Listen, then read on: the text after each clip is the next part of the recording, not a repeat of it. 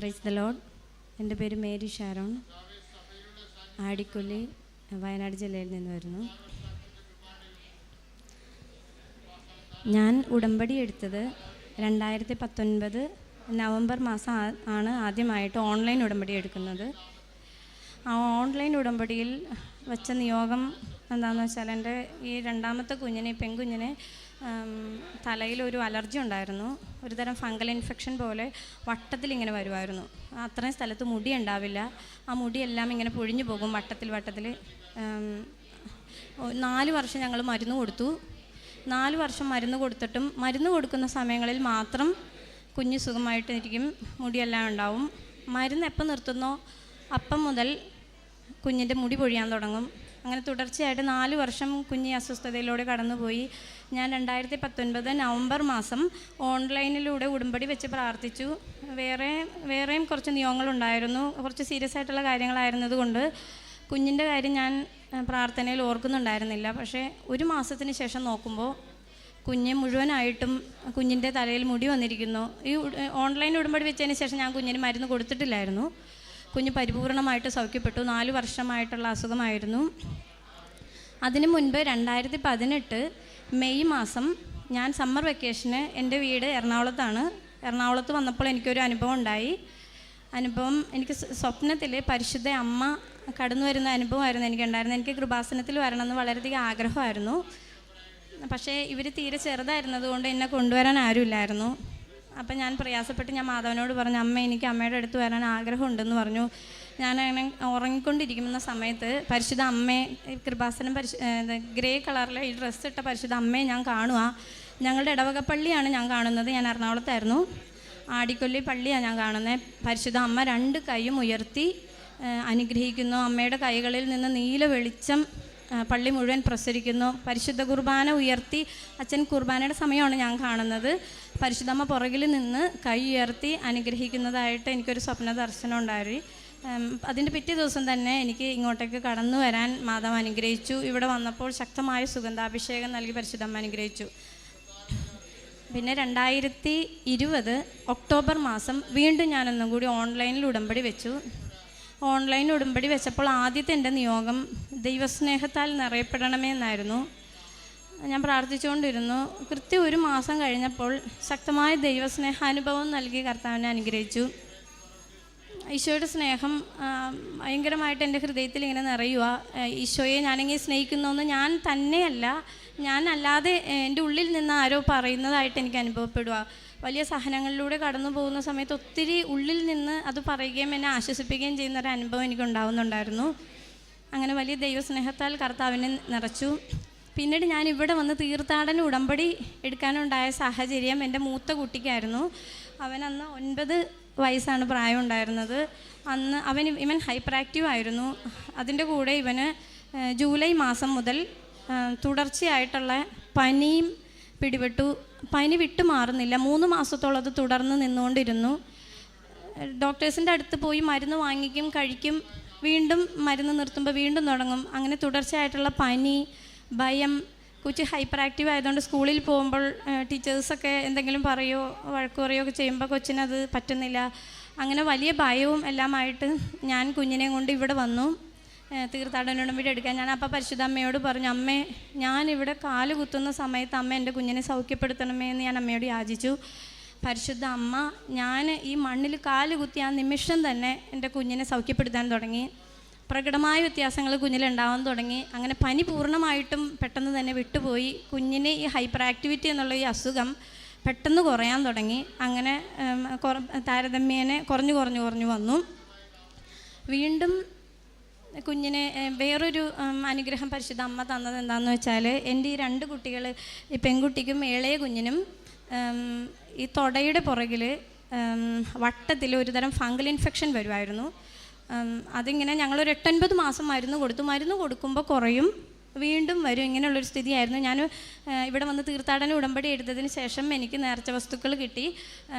പരിശുദ്ധ അമ്മയുടെ ഉടമ്പടി തൈലം ഉപയോഗിച്ച് ആ കൊച്ചുങ്ങൾക്ക് ചൊറിയുന്ന സ്ഥലത്ത് ഞാൻ പുരട്ടി പ്രാർത്ഥിക്കാൻ തുടങ്ങി. അത് പുരട്ടി പ്രത്യക്ഷീകരണ പ്രാർത്ഥന ചൊല്ലിത്തീരുന്നതിന് മുൻപ് തന്നെ പരിശുദ്ധ അമ്മ അവരെ സൗഖ്യപ്പെടുത്തുന്ന അനുഭവങ്ങളാണ് ഒത്തിരി അനുഭവങ്ങൾ. അതുപോലെ നമുക്ക് എന്ത് ബുദ്ധിമുട്ടുണ്ടെങ്കിലും പ്രത്യക്ഷീകരണ പ്രാർത്ഥന ചൊല്ലിക്കൊണ്ടിരിക്കുന്ന സമയത്ത് തന്നെ പരിശുദ്ധ അമ്മ അത്ഭുതം അവിടെ പ്രവർത്തിക്കുന്ന ഒരു അനുഭവമാണ് ഞങ്ങൾക്ക് ഉണ്ടായിട്ടുള്ളത്. സ്വിച്ചിട്ടതുപോലെ ഉള്ള അനുഭവങ്ങളാണ് പരിശുദ്ധ അമ്മയോട് പ്രാർത്ഥിക്കുമ്പോൾ വലിയ അടിയന്തര സാഹചര്യങ്ങളിൽ പരിശുദ്ധ അമ്മയിൽ നിന്ന് ഞങ്ങൾക്കുണ്ടായത്.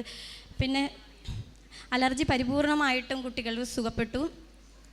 വീണ്ടും കഴിഞ്ഞ ജനുവരി 18 ഞങ്ങൾ കുരിശ് വരച്ചുകൊണ്ടിരിക്കുമ്പം കുട്ടികൾക്കൊരു അസ്വസ്ഥത, തലയ്ക്കൊരു വേദനയാണെന്ന് പറഞ്ഞിട്ട് ഞാൻ പരിശുദ്ധ അമ്മയുടെ തൈലം എടുത്ത് കുരിശ് വരയ്ക്കാൻ തുടങ്ങാം എന്ന് പറഞ്ഞുകൊണ്ട് കുട്ടീനെ തേപ്പിക്കാൻ വേണ്ടി ഉടമ്പടി തൈലത്തിൻ്റെ ബോട്ടിൽ ഇങ്ങനെ തുറന്നപ്പോഴത്തേനും ശക്തമായ സുഗന്ധാഭിഷേകം വീട് മുഴുവൻ നിറഞ്ഞു. അതിനുശേഷം ഞങ്ങൾ ജപമാല ചെല്ലാൻ തുടങ്ങി. ജപമാല ചൊല്ലി 3ാമത്തെ രഹസ്യമായപ്പോഴത്തേനും മൂത്ത കുട്ടി ഇവൻ പറഞ്ഞു, എൻ്റെ തലയിൽ ആരോ തടവുന്നുണ്ട് അമ്മയെന്ന് പറഞ്ഞു. വലിയ കൈയാണ്. പരിശുദ്ധ അമ്മയുടെ സാന്നിധ്യം ഞങ്ങൾക്ക് അനുഭവപ്പെടാൻ തുടങ്ങി.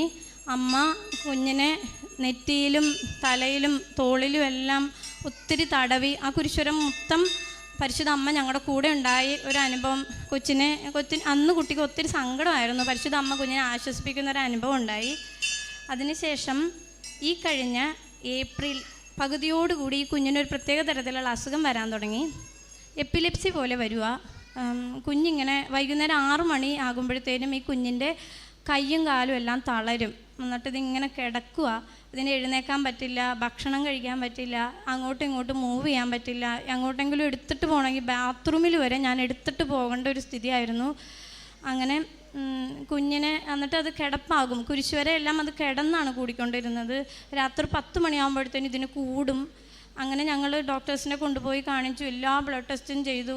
കൊച്ചിന് യാതൊരു കുഴപ്പമില്ല, വൈറ്റമിൻ D3 ഡെഫിഷ്യൻസി അല്ലാതെ യാതൊരു പ്രോബ്ലം ഇല്ലയെന്ന് ഡോക്ടർ പറഞ്ഞു. പക്ഷേ കൊച്ചിൻ്റെ കണ്ടീഷൻ ഓരോ ദിവസം ചെല്ലുന്തോറും വഷളായി വന്നു. മെയ് മാസം 7 രാത്രി ആയപ്പോഴത്തേനും കൊച്ചിന് ഇതേ കണ്ടീഷൻ രാത്രി ഒരു 10-11 മണി കഴിഞ്ഞപ്പോൾ കൊച്ചിന് ഒത്തിരി കൂടുതലായി. കൊച്ചിങ്ങനെ പിടയ്ക്കുക. നമ്മളൊരു തുണി കുടയുന്നത് പോലെ കൊച്ചിനിങ്ങനെ എടുത്ത് കുടയുന്ന പോലെയുള്ളൊരു അനുഭവമാണ്. കൊച്ചിന് അതിനെ തന്നെ നിയന്ത്രിക്കാൻ പറ്റുന്നില്ല.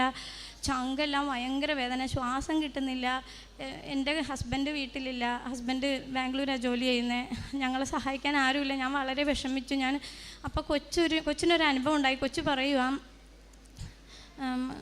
എൻ്റെ അമ്മായിയമ്മ മരിച്ചിട്ട് 5 മാസം എപ്പോൾ ആയിട്ടുണ്ടായിരുന്നുള്ളൂ. കുഞ്ഞ് പറയുക, അമ്മേനെ കാണുക, ഷാരോണമ്മയെ ഗ്രേസിയമ്മേനെ കാണുക എന്ന് കൊച്ചു പറയുക. പിന്നെ കൊച്ചു കാണുന്നത് ഞങ്ങളുടെ ഇടവകപ്പള്ളിയാണ്. ഇടവകപ്പള്ളിയിലെ നടുക്ക് പെട്ടിയിൽ കൊച്ചു കിടക്കുന്നതായിട്ട് കൊച്ചു കാണുക. ചുറ്റും നിന്ന് എല്ലാവരും കൈക്കൊള്ളണമേ എന്നുള്ള ഗാനം പാടുന്നതായിട്ടും കൊച്ചു കിടക്കുന്നതായിട്ടും കൊച്ചിനെ അനുഭവപ്പെടുന്നു. പള്ളിയിൽ നിന്ന് വിട വാങ്ങി പോകുന്ന പ്രാർത്ഥന എല്ലാം ചെല്ലുന്നതായിട്ട് കുഞ്ഞ് കേൾക്കും. അപ്പോൾ എനിക്ക് മനസ്സിലായി എൻ്റെ കുഞ്ഞ് തിരിച്ചു പോകാൻ സമയമായി. ഞാൻ അമ്മയോട് കരഞ്ഞു പറഞ്ഞു, അമ്മേ എൻ്റെ കുഞ്ഞിനെ അമ്മ തിരിച്ചു തരണം. കാരണം എൻ്റെ കുഞ്ഞിന് പരിശുദ്ധ കുർബാന സ്വീകരിക്കണമെന്ന് ഭയങ്കര ആഗ്രഹമായിരുന്നു. മെയ് മാസം 22 ഞങ്ങളുടെ പള്ളിയിൽ ആദ്യ കുർബാന സ്വീകരണം ഉണ്ടായിരുന്നു. ആദ്യ കുർബാന സ്വീകരണം നടത്താൻ ഞങ്ങൾ ഒത്തിരി ആഗ്രഹിച്ചു. പിന്നെ 10 വയസ്സായി. ഈ കൊച്ചിന് ഒത്തിരി അസുഖങ്ങളുള്ളതുകൊണ്ട് പരിശുദ്ധ കുർബാന സ്വീകരണം നടത്തുമ്പോൾ ഇതെല്ലാം സൗഖ്യപ്പെടുമെന്ന് എനിക്ക് ഭയങ്കര വിശ്വാസം ഉണ്ടായിരുന്നു. കൊച്ചു ഒത്തിരി ആഗ്രഹിച്ചു, ഞങ്ങൾ ഒത്തിരി പ്രാർത്ഥിച്ചു. പക്ഷേ അമ്മയുടെ മരണം കാരണം 1 വർഷത്തിന് ശേഷമേ പരിശുദ്ധ കുർബാന സ്വീകരിക്കാൻ പാടുള്ളൂ എന്നാണ് വീട്ടിലുള്ളവർ പറയുന്നത്. അങ്ങനെ ഞങ്ങൾക്കത് ഒത്തിരി ദുഃഖമായിരുന്നു. ഈ മെയ് 22 പള്ളിയിൽ ആദ്യ കുർബാന സ്വീകരണം നടക്കുന്ന അന്ന് വെളുപ്പിന് പ്രത്യക്ഷീകരണ പ്രാർത്ഥന ചെല്ലാൻ ഞാൻ ഉണരുമ്പോൾ ഞങ്ങളുടെ മാതാവിൻ്റെ രൂപം വെച്ചേക്കുന്ന ഞങ്ങളുടെ ഹാളിൽ ശക്തമായ സുഗന്ധാഭിഷേകം. അപ്പോൾ എനിക്ക് മനസ്സിലായി പരിശുദ്ധ അമ്മ ഞങ്ങളുടെ കൂടെയുണ്ട്, ഞങ്ങൾ വിഷമിക്കണ്ട.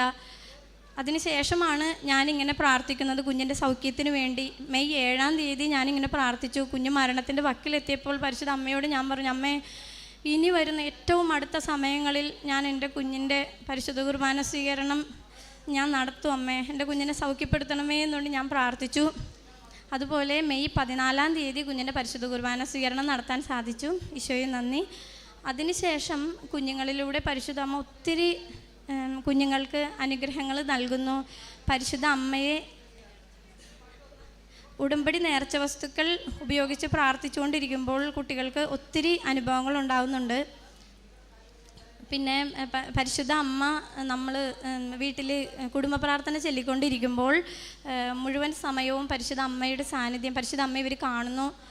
പരിശുദ്ധ കൃപാസന അമ്മ കുരിശുവരയിൽ ഞങ്ങളുടെ കൂടെ വന്ന് മുഴുവൻ സമയവും ഇരുന്ന് സംബന്ധിക്കുന്നതായിട്ടും ഇവരെ എടുത്ത് ഉയർത്തി ഇവരെ കയ്യിൽ പിടിക്കുന്നതായിട്ടുമുള്ള അനുഭവങ്ങൾ ഇവർക്കുണ്ടാവുന്നു. ഇവരുടെ തലയിൽ മാതാവ് തലോടുന്നു, ഉണ്ണീശോ വന്ന് ഇവരുടെ മടിയിൽ ഇരിക്കുകയും കളിക്കുകയും ഒക്കെ ചെയ്യുന്നതായിട്ടുള്ള അനുഭവങ്ങളും ഈശോ നൽകുന്ന. അങ്ങനെ പരിശുദ്ധ കുർബാന സ്വീകരണത്തിന് ശേഷം പരിശുദ്ധ അമ്മ കുഞ്ഞുങ്ങൾക്ക് ഒത്തിരി അനുഗ്രഹങ്ങൾ ചൊരിയാൻ തുടങ്ങി. അങ്ങനെ പരിശുദ്ധ അമ്മയുടെ നിർദ്ദേശത്തോടെ ഓരോ കാര്യങ്ങൾ ചെയ്യാനായിട്ടുള്ള ഒരു കൃപ ഈ കുഞ്ഞുങ്ങൾക്ക് പരിശുദ്ധ അമ്മ നൽകുന്നു. ദൈവത്തിന് അസാധ്യമായി യാതൊന്നുമില്ല. ലൂക്കായുടെ വിശുദ്ധ സുവിശേഷം 1-ാം അധ്യായം 37-38 തിരുവചനങ്ങളാണ്. അസാധ്യമായി യാതൊന്നുമില്ല ദൈവത്തിന് എന്നുള്ളത് ഓരോ അനുഭവ സാക്ഷ്യങ്ങളിലും നാം കേട്ടുകൊണ്ടിരിക്കുകയാണ്. മരണത്തിൻ്റെ വക്കിലെത്തിയ കുഞ്ഞ് എങ്ങനെ പിന്നീട് അതിൽ നിന്ന് സൗഖ്യം കിട്ടി, ഉടമ്പടി നേർച്ച വസ്തുക്കളിലൂടെ പിന്നെ എങ്ങനെയാണ് ആ കുഞ്ഞിന് എപ്പിലെപ്സി പോലെ വന്നുകൊണ്ടിരുന്നു, പെട്ടെന്നാണ് അങ്ങനെ തുടങ്ങിയത്, പിന്നീടത് എങ്ങനെ മാറുന്നു, ഡോക്ടേഴ്സിൻ്റെ ഡയഗ്നോസിൽ കുഞ്ഞിന് യാതൊരു കോംപ്ലിക്കേഷനും ഇല്ല എന്ന് പറയുന്നു.